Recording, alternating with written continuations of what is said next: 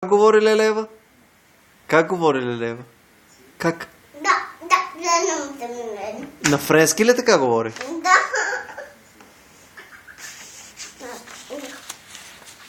Тата след 20 години, като ти го показвам, това ще се смееш. Четеш ли на Кранкен касата? Прочети какво пише там. Нашата познава буквите вече. Какво пише? Нещо друго пише ли? Да. Какво друго пише? Нещо друго пише ли? Да, Закона ли пише, тате? Окей, нещо друго пише ли? да. И само това ли е? Друго нещо?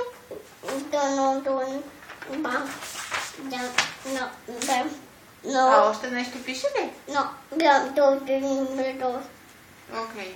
Трябва ли да подпишем някъде? Да. Къде Имаш ли трябва ти да документи? Къде сте документите? Я си донеси документите бързо да видя. Къде сте документите? Не. Имаш ли документи, бе? Не. Нелегална ли си тук? Да. Как така без документи? А? Нали ти давах документи оня ден? Не, абе. Имаш ли печат на тия? Менте ли са? С фотошоп ли си ги правил? Да. Да. Това са такива random questions и не знаеш дали ще е да или не.